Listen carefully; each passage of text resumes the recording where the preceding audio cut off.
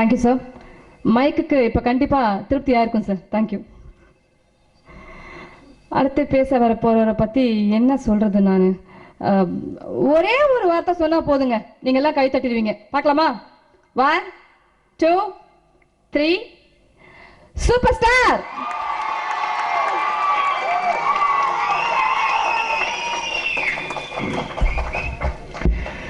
இந்த அருமையான நிகழ்ச்சிக்கு வருகை தந்திருக்கும் அனைவருக்கும், பத்திரிகை நண்பர்களுக்கும், கமல் அவர்களுக்கும், பாரதி அவர்களுக்கும், பாக்யராஜ் அவர்களுக்கும், பார்த்திபன் அவர்களுக்கும், சித்ராலட்சுமி அவர்களுக்கும், ராஜ்கண்ணன் அவர்களுக்கும் எல்லாருக்கும் என்னுடைய மனமார்ந்த வணக்கத்தை தெரிவித்துக் கொள்கிறேன். சரி, ஒரு 36 ஆண்டுகளான பிறகு இந்த 16 வயது நிலை இந்த ஃபங்க்ஷனில் வந்து கலந்துக்கிறது ரொம்ப ஆச்சரியமாகவும் இருக்குது, சந்தோஷமாகவும் இருக்குது. நான் அப்போ தான் கேட்டுட்டு இருந்த வாதிக்கிட்ட, இந்த 16 வயதில் நம்ம ஃபங்க்ஷன் பண்ணோமா அப்படின்னு சொல்லிட்டு, அப்போ நம்ம பண்ணலை. கோயம்புத்தூரில் தான் ரொம்ப நாள் கழித்து ஒரே ஒரு ஃபங்க்ஷன் பண்ணாங்க அப்படின்னு சொல்லிட்டு. இந்த 16 வயதில் படம் பற்றி நிறைய விஷயங்கள் வந்து இப்போது சொன்னாங்க, நிறைய விஷயங்கள் பற்றி எழுதியிருக்காங்க. அந்த சம்பள விஷயங்கள் பற்றி, அந்த எக்ஸ்பீரியன்ஸ் பற்றி எல்லாமே. எனக்கு அந்த 16 வயதில் ப்ரொடியூசர் ராஜ்கண்ணன் அவர் வந்து கமல்கிட்ட வந்து ரொம்ப நெருக்கமாக இருப்பாங்க. அது என்னமோ தெரியாது, என்கிட்ட வந்து அவ்வளோ நெருக்கமாக இருக்க மாட்டாங்க. என்கிட்ட அவர் வந்து எனக்கு வந்து கால் ஷீட்டு கேட்டு எனக்கு ஞாபகமே கிடையாது. கால் ஷீட் அவர் கேட்டதே கிடையாது. ஸோ திடீர்னு சொல்லிட்டு ஜஸ்ட் ஒரு 10-15 டேஸ் பிஃபோர் வந்துட்டு ராஜ்கண்ணன் சார் வந்திருக்காங்க, ஃபோன் பண்ணியிருக்காங்கன்னு சொன்னாங்க. அவர் ஃபோன் பண்ண உடனே அவரை வர சொல்லுங்க அப்படின்னு சொல்லிட்டு, ராஜ்கண்ணன் சார் வந்து முதல்ல நான் பார்க்கணும் அப்படின்னு சொல்லி வீட்டுக்கு வர சொல்லிட்டு அவரை நான் பார்த்தேன். அவர் எப்பேற்பட்ட ஒரு மனிதர் அப்படின்னு சொன்னால், ஒரே ஒரு நிகழ்ச்சி நீங்கள் எல்லாருமே தெரிஞ்சுக்கலாம். கமல் அவர் வந்து அந்த விஸ்வரூபம் படம் ப்ராப்ளம் திஸ்டிங்காக இருக்கும்போது ராஜ்கண்ணன் சார் வந்து ஒரு அறிக்கை விட்டார். நான் வந்து 16 வயதில் படத்தை வந்து புதுப்பிச்சு சினிமாஸ்கோப்பில் பண்ணி டிஎல்ஆர் பண்ணி ரிலீஸ் பண்ணிகிட்ருக்கேன். அந்த படம் ரிலீஸ் பண்ணுவேன், அதில் வர்ற பணத்தை எல்லாமே நான் வந்து கமலுக்கு நான் கொடுக்குறேன் அப்படின்னு சொன்னேன். அவரே கஷ்டத்தில் இருக்கார். அப்படி இருக்கும்போது தானாக முன்னுக்கு வந்து ஒரு ஹீரோவுக்கு வந்து தன்னுடைய ஹீரோவுக்கு வந்து கஷ்டம் வரும்போது நான் உதவி செய்கிறேன்னு சொல்லி ஓப்பனாக சொல்லும்போது அதை பார்த்து நான் ஜஸ்ட் உடனே அப்போவே நான் ராஜ்கண்ணன் சாரை பார்க்கணும்னு நினச்சேன். சரி, வேறு வேலைகள்னால் வந்து பார்க்க முடியல.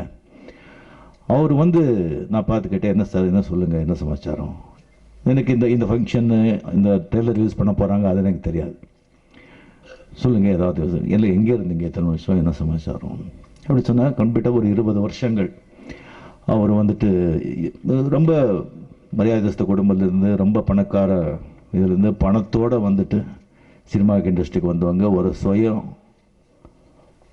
மரியாதை அண்ட் ஒரு சுயம் ஒரு கர்வம் இல்லை, நான் ஒரு அகங்காரம் இல்லை, ஒரு ஒரு மரியாதை, ரொம்ப மரியாதை இருந்த வந்த ஒரு கண்ணியமான ஒரு ஆள். அந்த படம் எடுக்கும்போது நீங்கள் வந்து பார்த்துருக்காங்க 5 லட்சம்.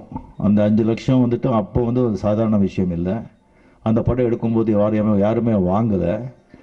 அப்போவே வந்து ராஜ்கண்ணன் சார் வந்து இந்த படத்தை வந்து யாருக்கும் கொடுக்காம அவர் கேட்ட வேலைக்கு வரலன்னு சொல்லிட்டு இந்த படத்தை அவரே ரிலீஸ் பண்ணார். அவரே ரிலீஸ் பண்ணி அந்த பக்கம் மிகப்பெரிய வெற்றியான பிறகு முதல்ல வந்துட்டு ஒரு ஸ்டார்ஸுங்க, ஆல்ரெடி கமல்ஹாசன் ஆல்ரெடி பெரிய பிக் ஸ்டார், நான் கூட ஒரு படத்தில் ஆக்ட் பண்ணியிருந்தேன், ஸ்ரீதேவ் கூட ஆக்ட் பண்ணியிருந்தாங்க. அந்த மாதிரி ஆளுங்களை வச்சு எடுத்தது. ரெண்டாவது படம் வந்துட்டு புதுமுகங்களை எடுத்தது, எல்லாம் கம்ப்ளீட்டாக புதுமுகங்களை வச்சுட்டு அவர் படம் எடுத்தார், கிழக்கே போகும் ரயில்.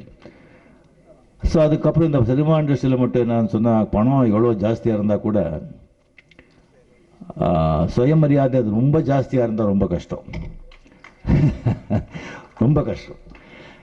ஸோ அவர் வந்து ரொம்ப கஷ்டப்பட்டு இது நான் கேட்டேன், சரிங்க இந்த படத்தில் வந்து யாருக்கு இந்த படம் ரிலீஸ் பண்ணுறீங்க, இந்த படம் உங்களுக்கு வருதா, எனக்கு தான் வருது, அப்போ நான் டெஃபினட்டாக வர்றேன், இந்த ஃபங்க்ஷன் டெஃபினட்டாக நான் வர்றேன், இந்த படம் ரிலீஸ் பண்ணி டெஃபினெட்லி உங்களுடைய ஒரு நல்ல மனசுக்கு டெஃபினட்டாக ஆண்டவன் கைவிட மாட்டான். கஷ்டகாலங்கிறது எல்லாருக்குமே வரும், அது நிரந்தரமாக இருக்காது.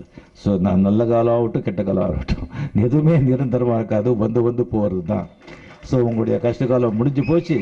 இந்த விழாவுக்கு டெஃபினட்டாக நான் வர்றேன், வந்து நான் கலந்துக்கிறேன். இது மிகப்பெரிய வெற்றி அடையணும், நீங்கள் எல்லாரும் வெற்றி அடைய செய்யணும். ராஜ்கண்ணு சார் மாதிரியே நிறைய ப்ரொடியூசர்ஸுங்க வந்து நல்லா வாழ்ந்து நல்லா இருந்த கஷ்டப்பட்டவங்களும் இருக்காங்க. அந்த படங்கள்லாம் மறுபடியும் வந்து அது வந்து நல்லா ஓடினா அதை விட என்னை விட சந்தோஷப்படுறவங்க வேறு யாருமே கிடையாது. இந்த படம் 100% டெஃபினட்டாக நல்லா ஓடுங்கிற நம்பிக்கை இருக்குது. ஓடும், நீங்கள் ஓட வைக்கணும், நல்லா ஓடணும் சொல்ல ஆண்டவனை வேண்டி விடைபெறுகிறேன். நன்றி, வணக்கம்.